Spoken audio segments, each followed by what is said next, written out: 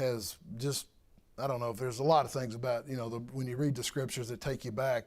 But when we talk about this, if things happen, Jesus knew the events and knew how things were coming. We talked about that, the hour coming, it has not yet come, and all that he says has not yet come.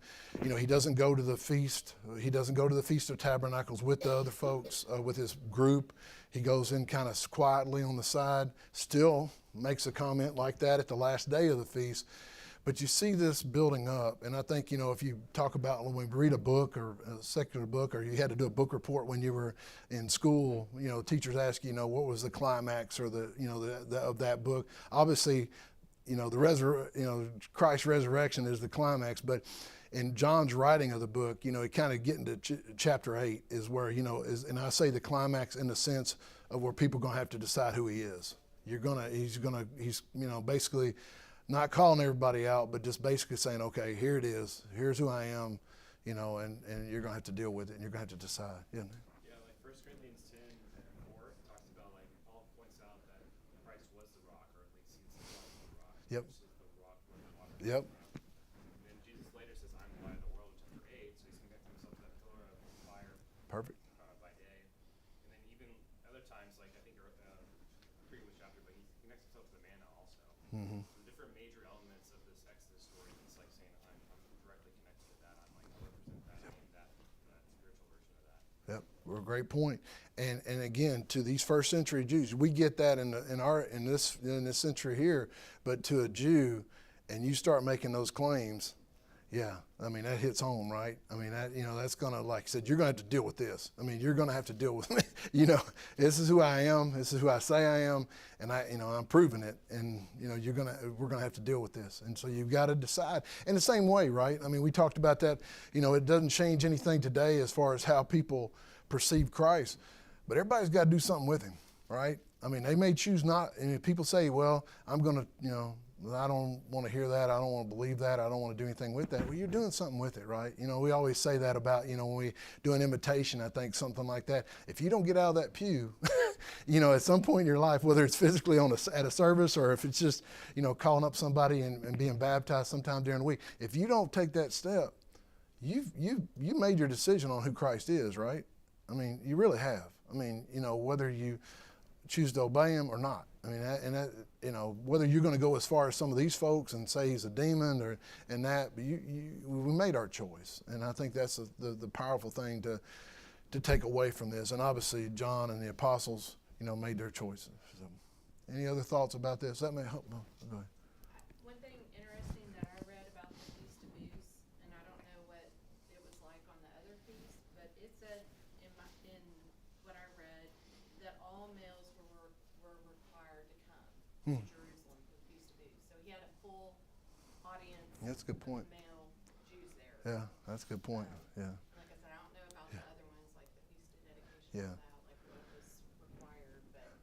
That's a good point. Yeah. So yeah, it would have everybody there. So that's a great point. And but yeah, it's just like I said, it's I think some of this sometimes, at least in studying it, sometimes it gets a little bit lost on us. Is like I said, knowing what it would have meant. And again, I hope I don't say this the wrong way, but you can see where the anger came from, if that makes sense. You can see where if you didn't believe who he thought who he was.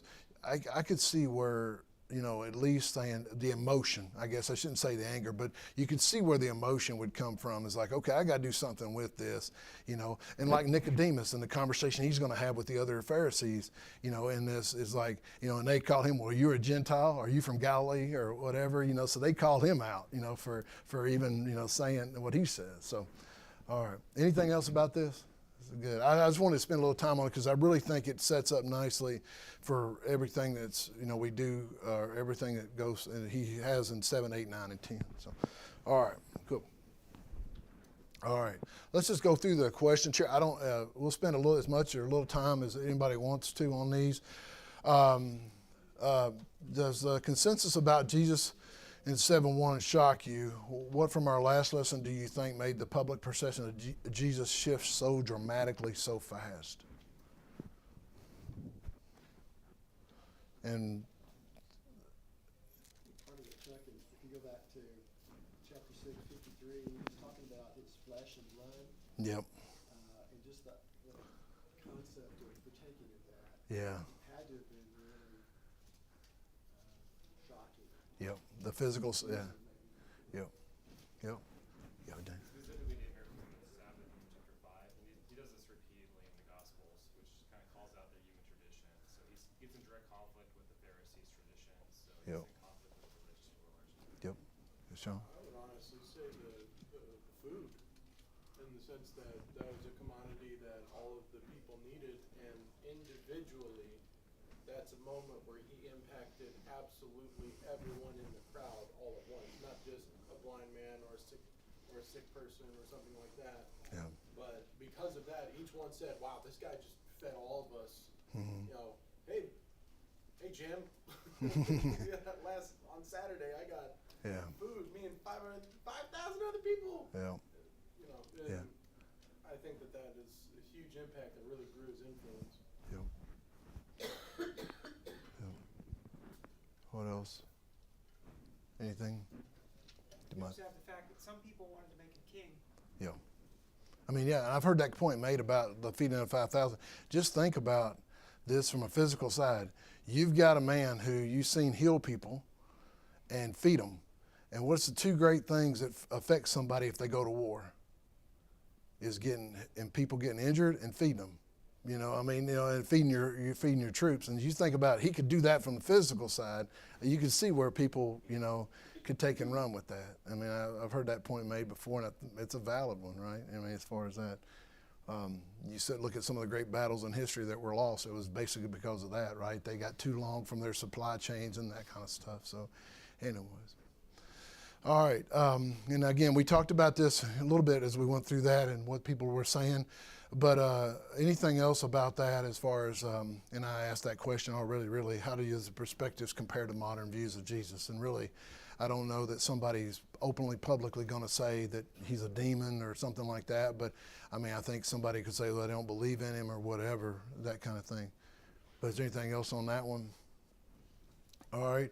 What do the comments on his authority versus that of Moses help us understand about the old covenant?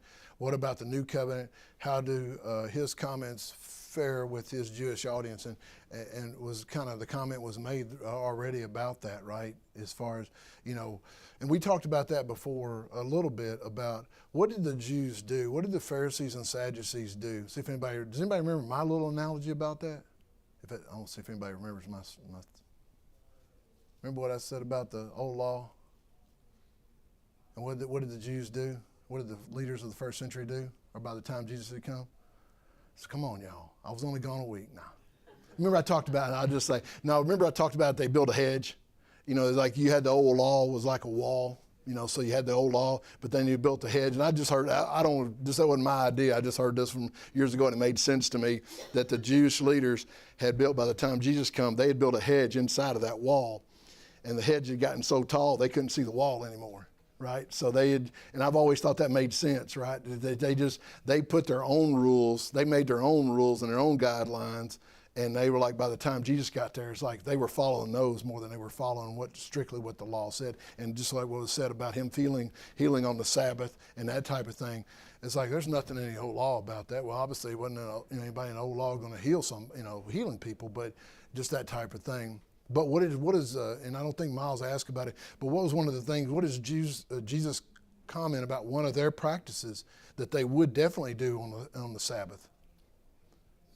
Circumcision, right? They were going to keep that, right? They were going to do that on the Sabbath because that had been commanded, but these other things that Jesus was doing, weren't. Well, even that just shows like there's like hierarchy of commands.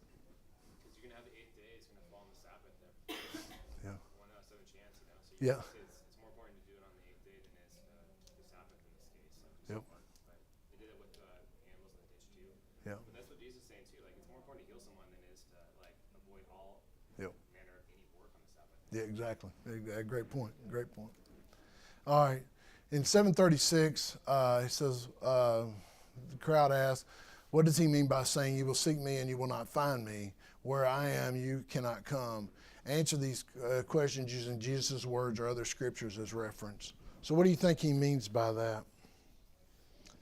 In that.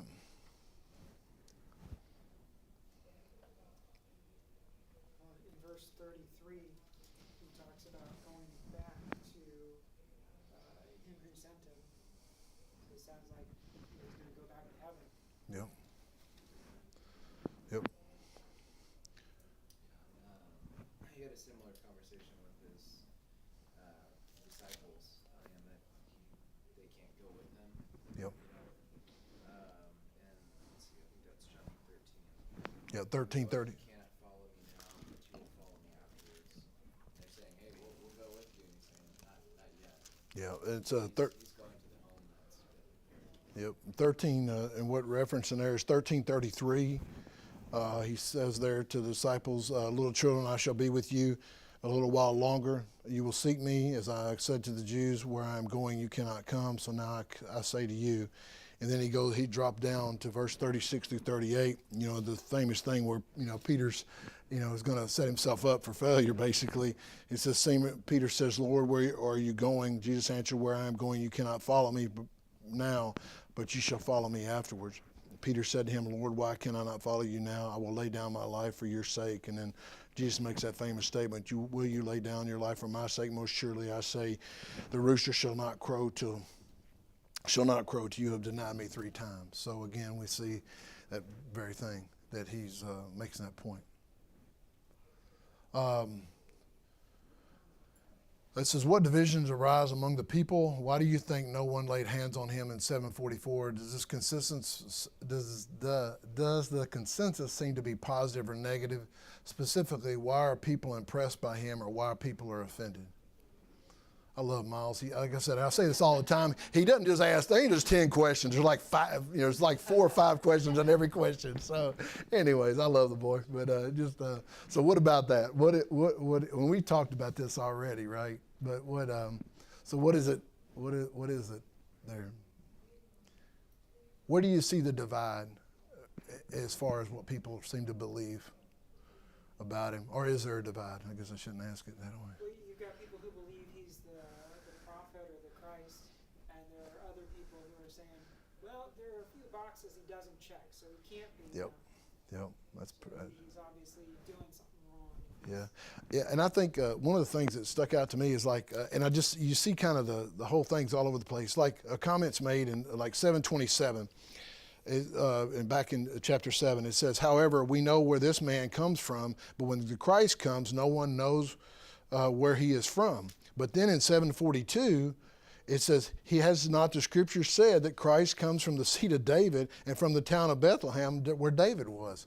So I think it just shows they're confused. I mean, it's like their emotions are running so hot, they're not thinking straight, if that makes sense. It seems like they're just all over the board. Now, I don't know that necessarily means that the same 2 groups made both those comments, right? But it's just like, it just shows you the range there, that like people, Chris and then... I was going to say, it talks about they're seeking ways to kill him, so they're at the point of premeditated murder at this point. Yep. You watch Dateline in 2020 and these shows, right? When you get to that point, you're not thinking clearly. Yeah. Like if you're trying to figure out a way to kill somebody, Yeah. you're just grasping. Yeah.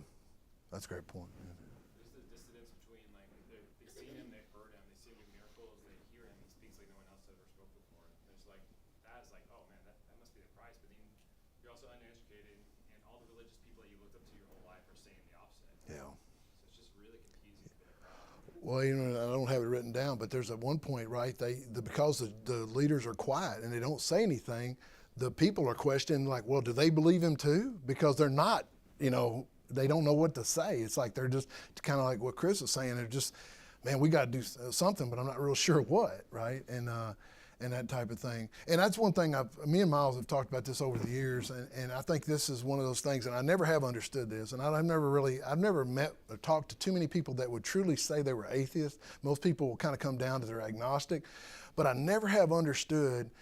But you can read articles from atheists and things like that. I don't understand, and again, maybe y'all have run into somebody that could explain this, but I don't understand why an atheist gets upset about God. Have you ever thought about that? Because I don't get that. Because if I don't believe something's real, it doesn't really bother me. You know what I'm saying? It's like, I'm not going to get, I just don't, that part of my brain doesn't work. I don't know if that makes sense to anybody else, but I just never have understood that. It's like, why are you getting so hot and bothered and trying to defend something that you don't believe? It's like, if you don't believe in, it's like, if you don't believe in Santa Claus, so be, you don't believe, it's like, don't worry about it. I mean, it's just, I don't understand it. I mean, that part of it. Sean? What was described to me was, the idea of whenever you support a team, right? Yeah. Let's take Cowboys, right? Yeah. If someone comes out and disses the Cowboys, you can get offended on the behalf of something. They can make claims that are untrue. Yeah. And even though it's untrue, it still bothers you because you want to make sure that they know that what you believe in is correct. Because when you present something that is contrary to it, it makes what your core identity is challenged. That's why. That was at least what was described to me. It is a challenge to the core of what you hold yourself to. If you don't care at all, then you don't get offended. Yeah. Because it's not a core part of your belief, which is why as an agnostic is so easy to do because it's whatever. Yeah. I've got no dog in this fight. Yeah. But someone, that would be. Okay. I make it. That's what was described. Okay. Fair enough. Like I said, and talking to folks about it, and it's just one of those things. I was like, if, you hope somebody does, but if they don't, then, all right. And then we hadn't really gone over the chapter 8 yet, but it says, what is the significance about Jesus' teaching in the episode with the woman caught in adultery? Why do they ask for Jesus' input in the first place? And how does this correlate to Jesus' teaching on righteous judgment? Now, we hadn't really talked about that too much or hadn't really gone into that, but why? What all is wrong with the way they bring that? I know y'all probably studied that story before. What is, the whole thing is just a mess, Lori. Well, they only brought the woman. Yep. And Leviticus 20:10 says that if a man's caught commits adultery with another man's wife, one who commits adultery with his friend's wife, the adulterer and the adulterer shall surely be brought to death. Yep. So that's the first problem. They didn't bring the man. So Yeah. where's the man? And then, it says, verse 6, that they were, talks about verse 5, Moses commands us to stone such women. What do you say? So, and then verse 6 says they were testing him so they could have grounds for accusing him. So once again, Jesus isn't taking the bait on the test. We see this over and over again when they try to test him. He either doesn't answer him or he throws it back at them. Yeah, that's a good point. What else? Anything else? It's spot on. I mean, it's like I said, you got that, and he even asks in that conversation, he asked her if anybody had charged her with anything, and that was a part of it too. There was a formal process that she should have been charged, her and the man, as pointed out. But it's just an irrational, emotional thing. Again, they're trying to catch Jesus in something, and he's not, as Lord said, not taking the bait on it, as rightfully said, is that he's just, again, it's just one of those things. Okay, Chris? I was going to say, sometimes we can tell when somebody's testing us, but I fully believe Jesus knew for a fact every single time they were, Yeah. regardless of how well it was presented or covered up, like he knew their motive before they even asked the question. That's a good point. That's a great point. I'm just thinking about the righteous judgment. Jesus always condemns harsh judgment. Yeah. And at the end of this, he doesn't disregard her sin. At the end, he said, "Did anyone condemn you?" Because they all recognized they had sinned. He said, "Neither do I, but go and sin no more." Mm-hmm. So he did give her that direction. He wasn't dismissing her sin. That's a great point. So in the narrative of John, they're really trying to set him up as a hater of the law, someone who rejects the law of Moses. Here's what the law of Moses said, but what do you say? Right? Yep. They've already, characterized him as a hater of the Sabbath. Yep. Right? He doesn't follow the Sabbath. Yep. He hates the temple. He wants to destroy the temple. Yeah. So they're now trying to get the crowd on their a great point. Pharisees are determined to kill him. Yeah. But if they can get some nice quotes to say That's a great point. Yeah. then they can get the people, and then they can openly kill him. Yeah. Instead of just trying to secretly. That's a great point. That's a great point. They are trying to. They're very political in that sense. They're trying to swing the popular vote, and if you want to say it that way, and that's true. They are trying to get that, and I think too that he doesn't take the bait, but he also, like Chris said, he knows what's happening here, and he knows what's going on, and I think he does have that where he knows what's happening, and just how that's going to work with the group. Okay. One more thing. Yeah. For forever, I did not notice. Somehow you can read a verse a million times, and then all of a sudden, 3 words jump out to you that you never noticed. Verse 4, when they said to him, "Teacher, this woman has been caught in adultery in the very act." So it wasn't even that they caught him right after the fact. Yeah. They said they caught him in the act, Yeah. and yet they still brought only the woman. Yeah, exactly. Yeah. Crazy. Yeah, it is crazy. It is crazy. I mean, it's just, and it just shows. I mean, it shows it says more about them, right? And how that. And I think what Chris was talking about too is I think sometimes today, we can get in situations where I learned that a long time ago when I first started managing people. Man, you got to get both sides before you react to something. It's like, I'm sure if your boys ever got into it when they were in school, you had to talk to both of them before you did something. Any of us, right? I mean, as far as that, you got to get both sides of that because you'll get caught real quick on that one. So, but obviously here, Jesus had that perfect knowledge of what was going on and what the intent was. And he's going to use that in a way. And it says, and again, I think here, number 7, it says, Jesus talks often about going to the Father, who his Father is, and what it looks like for his followers to belong to the Father. What do we learn about being children of God from Jesus' teaching in chapter 8? So what is...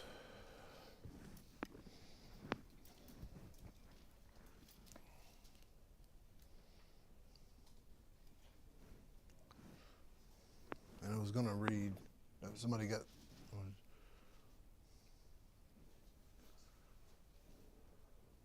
Let's read this one section. I think the verses I had written down for that was just, and there's a lot there to be said, but just the part that stuck out to me is look at verses 28 through 32.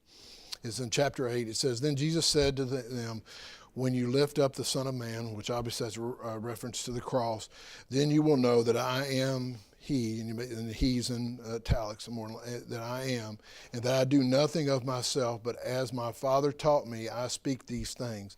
And he who sent me is with me. The Father has not left me alone, for I always do those things that please him." As he spoke these words, many believed in him. Then Jesus said to those who believed in him, "If you abide in my words, you are my disciples indeed, and you shall know the truth, and the truth shall make you free." To me, that's one beautiful section, right? Whether or not they fully grasped what he was saying right then, I doubt it. But I'm sure as John wrote this, he, obviously brought back, obviously what it meant and what it truly means to all of us, right? It wasn't just to the people he was speaking to right there, right? Is what the impact of him being lifted up was going to be.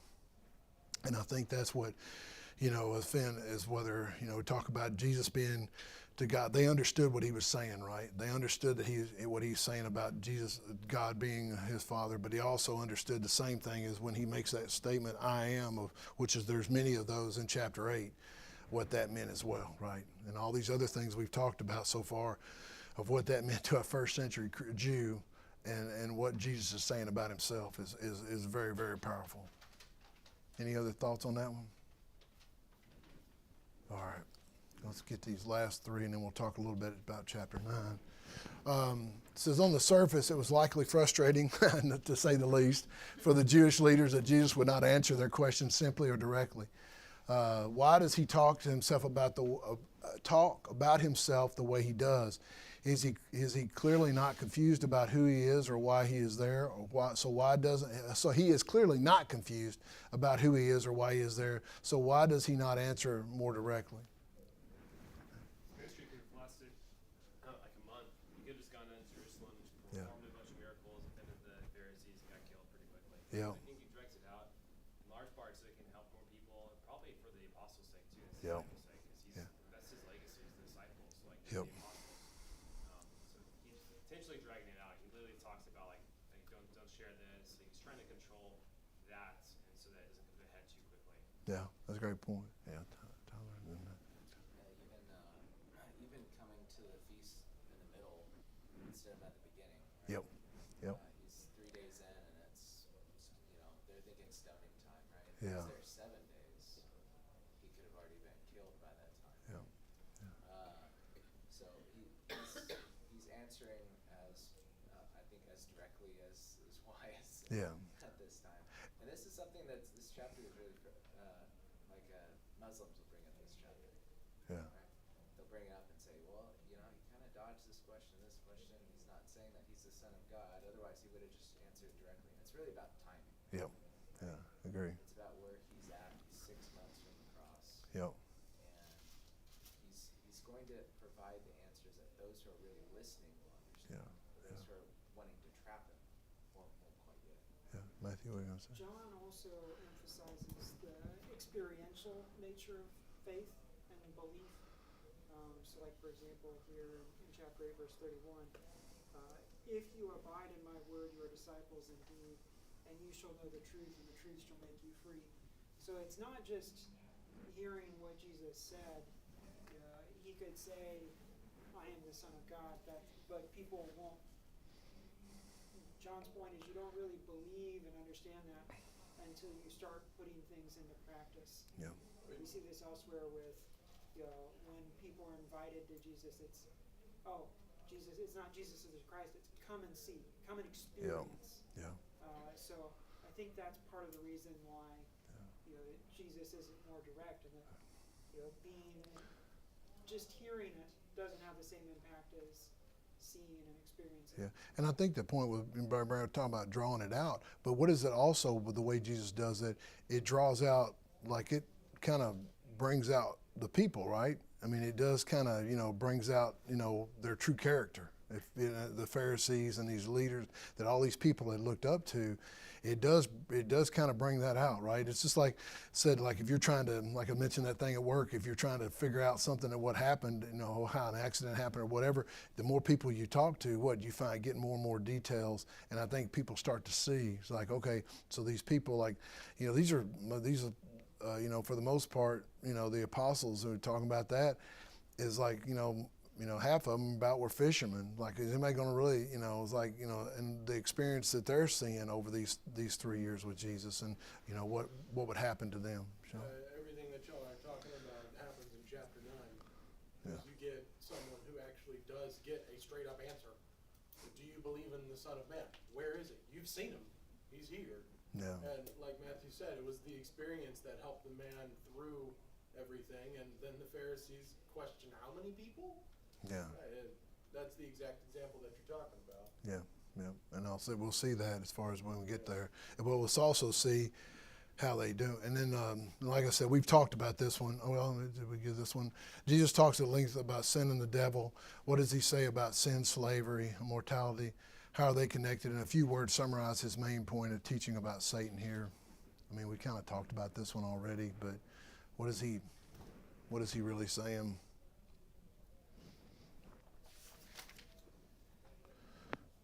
He's saying, verse 34, that everyone who commits sin is a slave of sin.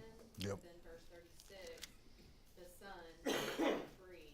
So he's the key to the spiritual slavery. Yep.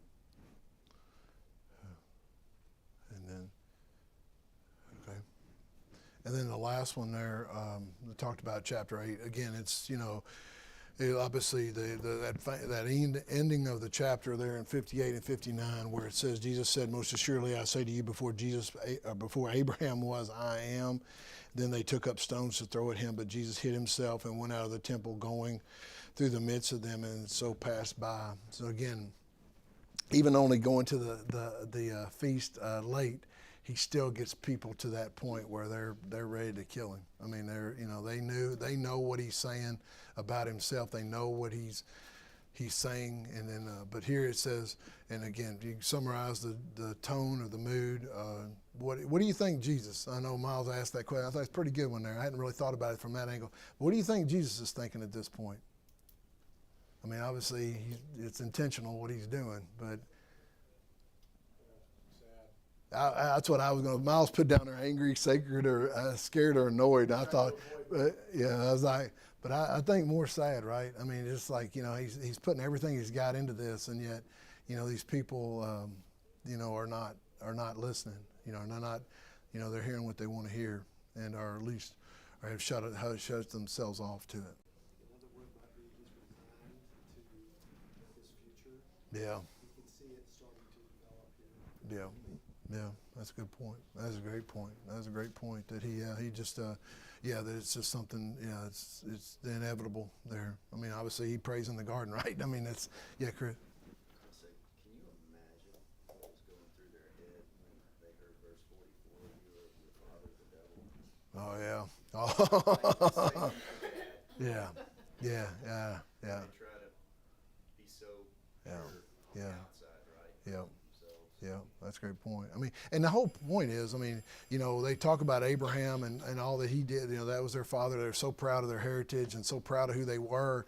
And yet, man, and Jesus is like just telling them in not so many words, you're nothing like Abraham. Yeah, you're the opposite, right? You know, there's nothing about you that regards that. And like I said, we talked about that. Like I said, next week we'll get to 9:10.